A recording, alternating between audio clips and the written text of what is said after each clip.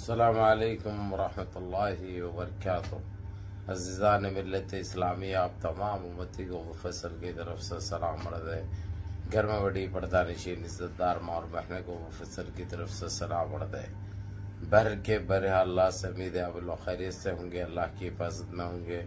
इन मलूनों की मलामत से, इन फ़िरक़ा परस्तों की फ़िरक़ा परस्ती से, इन दरिंदों की दरिंदगी से महफूज होंगे। अल्लाह आप लोगों को अपने हिफ्ज़ अमान में रखे, अल्लाह अपनी हिफाजत में रखे, अल्लाह हर आबाद से हर शर से महफूज रखे। बहरहाल बहर के मेरे अजीज़ दोस्तों, मेरे भाइयों, देश के हालात से भी आप लोग वाकिफ़ है और देश के बाहर के हालात से भी आप लोग वजह वाकिफ़ है।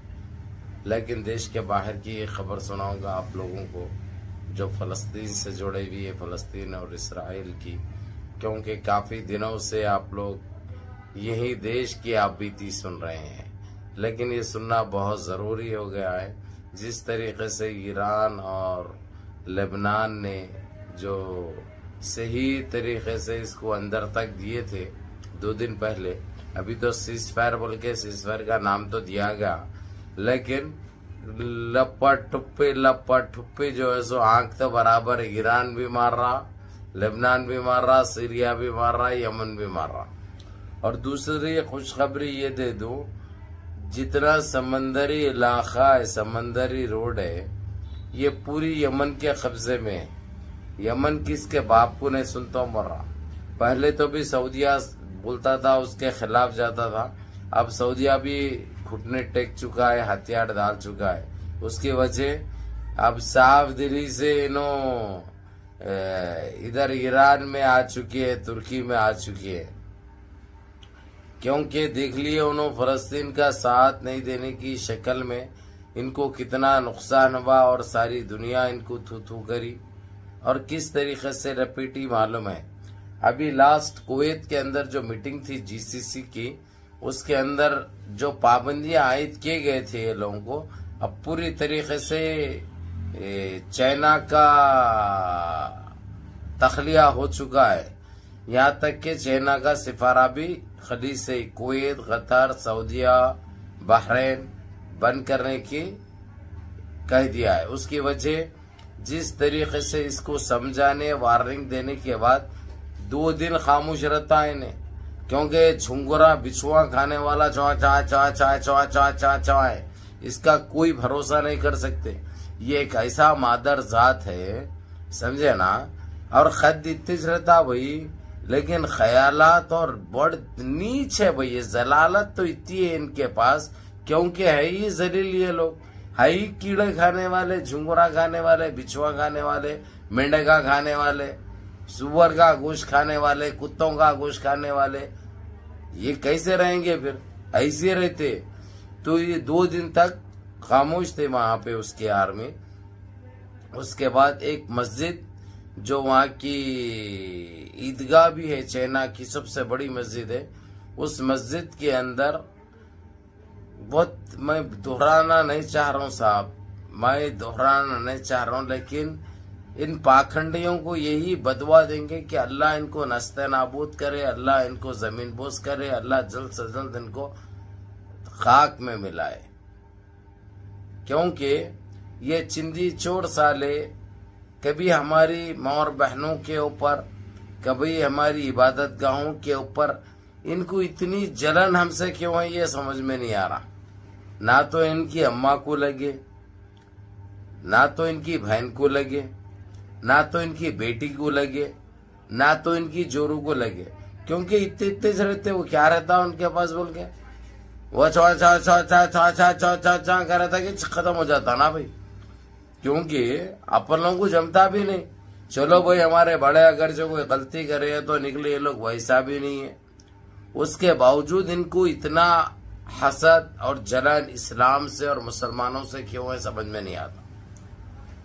और हमारे देश की तरफ तो मालूम है, इसने लद्दाख तक, तकरीबन आधे लद्दाख को जो है सो इसने नाजायज कब्जा कर रखा है।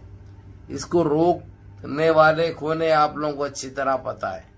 ये इजाजत हम मुसलमानों को दे दे तो यकीन मानो पैदल चले जाते पूरे चाइना तक, पूरे चाइना तक पैदल चले जाते हैं, क्योंकि हम कौन सी कौम है उन्होंने खुद अच्छी तरह जानते हैं। चाइना वाले खुद अच्छी तरह जानते हैं, वो बिछुआ झिंगुरा खाने वाले हैं वो लोग, समझे ना। तो मेरे अजीज दोस्तों, मेरे भाइयों, अभी चाइना की हर चीज पे पाबंदी आयद करने का ऐलान हो गया। ये बहुत अच्छी बात है। आज सुबह सुबह, हालांकि जुम्मा और हफ्ता हॉलीडे रहते हैं खलीज में, लेकिन हफ्ते के दिन फिर भी इमरजेंसी मीटिंग बुलाई गई।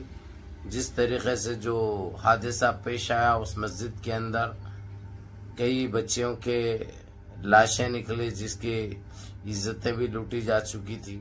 मैं बताना नहीं चाह रहा था, लेकिन कुछ तो आप लोगों को बोलना जरूरी है। तो इन चिंदी चोरों को जब तक इनको अब सजा ना दे, ये सुधरने वाले नहीं है। इसी के ऊपर ईरान, तुर्की, सऊदीया, कतर ने बहुत अच्छी मीटिंग की, बहुत अच्छी बात की और साफ अल्फाजों में ये कह दिया कि जो है सो जब तक इसको सही तरीके से दबोचा नहीं जाएगा, रोंदा नहीं जाएगा, रगड़ा नहीं जाएगा, ये बाज आने वाला नहीं है। इसको इसके औकात दिखाना बहुत जरूरी हो गया। ये होगा। दूसरा है फलस्तीन को लेकर जिस तरीके से इसराइल की दम करके रखे थे उसकी जी में, अब इसराइल हथियार तो पहले से डाल रहा भाई, लेकिन फिर भी इसका कोई भरोसा नहीं। इसके ऊपर भी भरोसा नहीं कर सकते, क्योंकि ये भी उल्टा पेवन है, समझा ना, उल्टा लंगोट है ये भी, इसलिए इसके ऊपर भी भरोसा नहीं कर सकते। अब बड़ा चिल्ला रहा, बड़ा रो रहा, बड़ा, और उसका साथ दे रहा अभी ट्रम्प बोल रहा है कि जो है सो मैं तो पहली मर्तबा एक चीज ये रख रहा हूं कि एक मौका इसको मेरे खातिर दियो, मेरे खातिर सीज़फायर करो, और ये जितना भी तुमको चाहिए जो पीछे हटने के लिए जो पहले कहा गया था वो उतना पीछे हटेगा। और इसके साजो सामान जिस तरीके से जो यमन जो रोक रखा है, समंदर के रास्ते नहीं चलने दे रहा, वो उसको खाली कराने के लिए और रास्ता खोलने के लिए कहा गया। लेकिन ईरान, सऊदी अरब, कतर, तुर्की ने साफ अल्फाजों में ये कह दिया है कि हम यमन से जब तक बात नहीं कर सकते जब तक सही मायने में इसका फैसला नहीं होता, क्योंकि ऐसे मौके बहुत फराहम किए गए, इसके ऊपर बहुत भरोसा किया गया, लेकिन कभी ये भरोसे के लायक नहीं उतरा। तो इसीलिए इसके ऊपर जब तक ये पाबंदी आयद रहेगी, चाहे ये खाने को तरसे या पीने को तरसे या भूखा मर जाए, इससे फर्क पड़ने का नहीं है।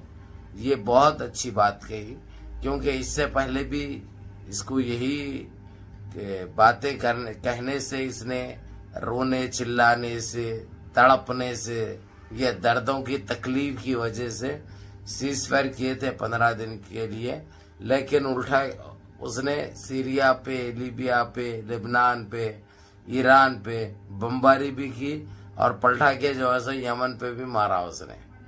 तो ये सारे चीजें सामने हैं, इसलिए इसको मौका नहीं दे सकते। जिस तरीके से जो इसको दबोचे हैं, पूरे इसराइल को अपने कब्जे में कर रखे हैं भाई ये लोग, अभी चौ तरफ से घेर रखे हैं इसराइल को। ये बहुत बड़ी बात है, इसलिए उन्हें करवट भी नहीं ले सक रहा, उन्हें सुकून की सांस भी नहीं ले सक रहा। अब किसी तरीके से अमेरिका बीच में आ रहा के मसले का हल निकाले, लेकिन कैसा निकाल सकते हैं हल? इस यहाँ तक पहुंचने के लिए जो सुरंगें इसने फलस्तीन और ईरान को बर्बाद करने के लिए बनाए थे, वही सुरंगें इसके लिए गले का फंदा बन गए। वही सुरंगें ये लोग इस्तेमाल करें अब, और सुरंगों में इतना इसलाह निकला है, इतना हथियार निकला है, जो कि ईरान और ईरान के हमसाया जो साथ में लड़ रहे हैं, वो लोग 10 साल तक लड़ सकते हैं, उतना हथियार मिला है। ये सब इनकी तरफ से इनकी गलतियों का नतीजा है। अब इन्हों थर्रा उठे हैं, कांप उठे हैं, अब इनके पास बचने के लिए कुछ भी नहीं है, इनके पास बचने के लिए कुछ भी नहीं है। सिर्फ चीख रहे, चिल्ला रहे, मदद की दुहार लगा रहे इन्हों, लेकिन इनको मदद नहीं करेंगे। अलबत्ता तबला बजेगा, तबले वाले तबला बजा, वैसा बज रहा है, इनकी सही फुट रही है। अब इनको तकलीफ भी हो रही, दर्द भी हो रहा, एहसास भी हो रहा।